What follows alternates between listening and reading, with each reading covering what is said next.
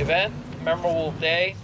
Wanted to extend special thanks to all the dignitaries, friends of Thaddeus Stevens, Jack and Helen Gorlick and their family, Stevens staff, faculty, and friends of the college.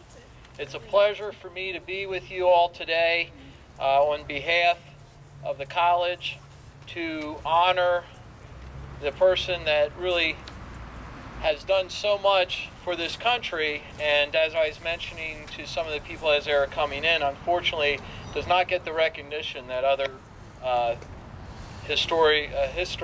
historical figures have received. As we celebrate this day, this is a man that did so much and is not recognized as much as he should be. Don't see. Okay, we are looking for Representative Mike Sturlis said that he would be here. Oh, he's on his way. Okay. Okay. Okay. All right. So our first guest speaker, the executive director of the Thaddeus Stevens Alumni Foundation, is an appropriate first speaker. He is a man that definitely has done a lot for the college, which carries Mr. Stevens' name, and really has exemplified all that Stevens was about and helps us remember the memory of Thaddeus Stevens. So, Alex Monroe.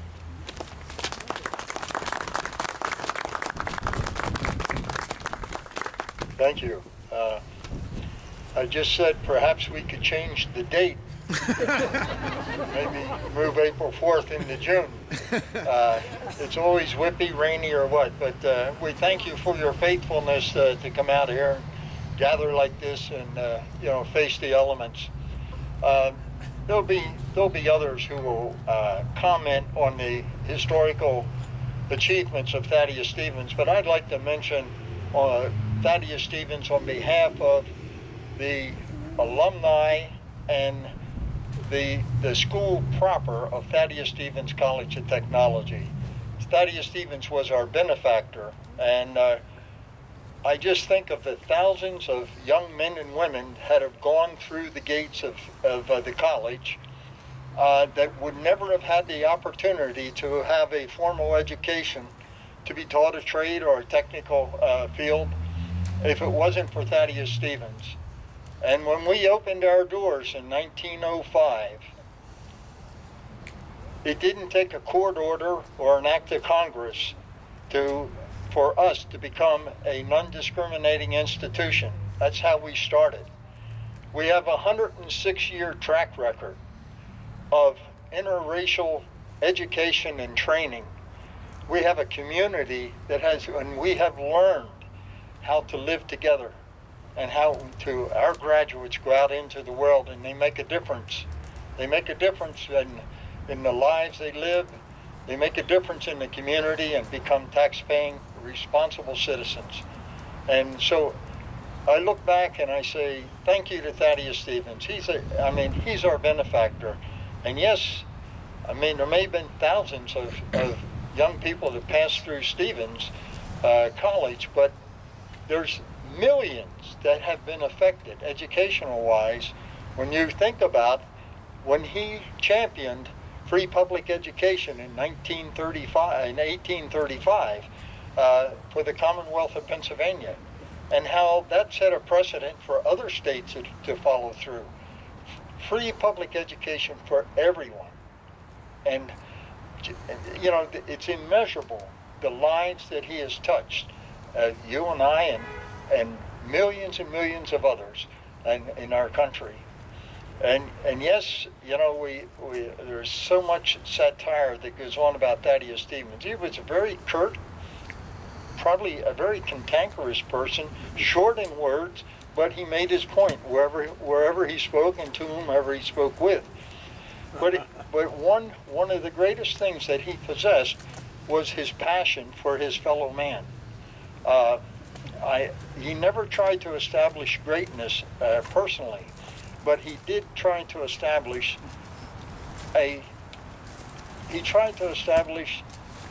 the right for every man to have freedom and to have the the civil rights that each one would share in these things, that it would be a totality of unity in America. And you know, I don't say he fought this single-handedly, but he was an individual. He had to stand alone. He didn't always have great backing. Thanks. He was, you know, some people looked at him as an antagonist, but he fought hard for the things that he believed in. And so many have said it, it's old words, but he truly was a man before his time. And the very issues that he fought in the mid-1800s are the primary issues that we struggle with today. You know, we go through a lot of these things. Discrimination and our civil rights laws are supposed to be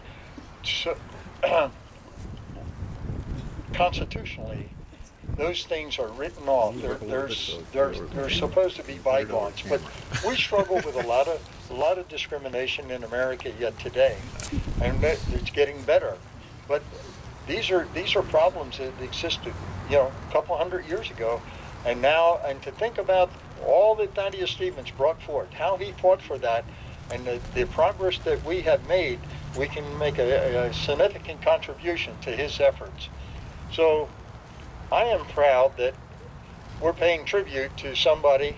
You know, unfortunately, it's always, most of the time, we have wonderful things to say about a person after they're passed away. You know, they stand at the graveside and we say all these wonderful things and about their attributes and trades and contributions.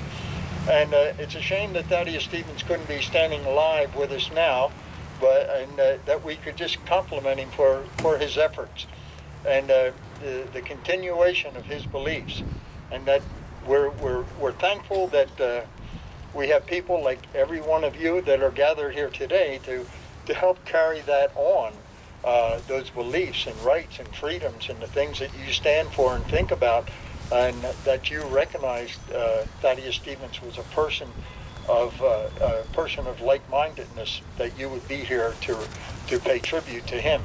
And that's how I feel when I look at all the kids out at Thaddeus Stevens College, you know, over the years, thousands, and you think about them. They come from you know, disadvantaged families, economically disadvantaged, and orphans, semi-orphans. And I was one of those students at one time in my life, and I remember coming to Stevens, and what a wonderful environment it was for me. It gave me something that I never had in my life up to that point, and what it was, it became my father and my mother. It gave me an education, and I loved the place dearly. And when I graduated, we were presented a coin about the size of a 50-cent piece. And just to remind you, never forget your roots. On the back side of the coin, it says, "A school for the poor and the downtrodden." Okay? So every now and then I still have it, and I look at it and say, "For the poor and the downtrodden." You know, what a memory. What a memory. It was a good memory because it gave me a chance and an opportunity, and that I wouldn't have had otherwise. So I want to thank you, and I sincerely want to thank you for coming out, and I want to thank the Gorlicks for their kindness of supporting this essay contest year after year. It's been a real tribute to the college, and the students. They aspire to really write these essays and to be a part of it. And we thank you that you have done that. So with that, I will end, and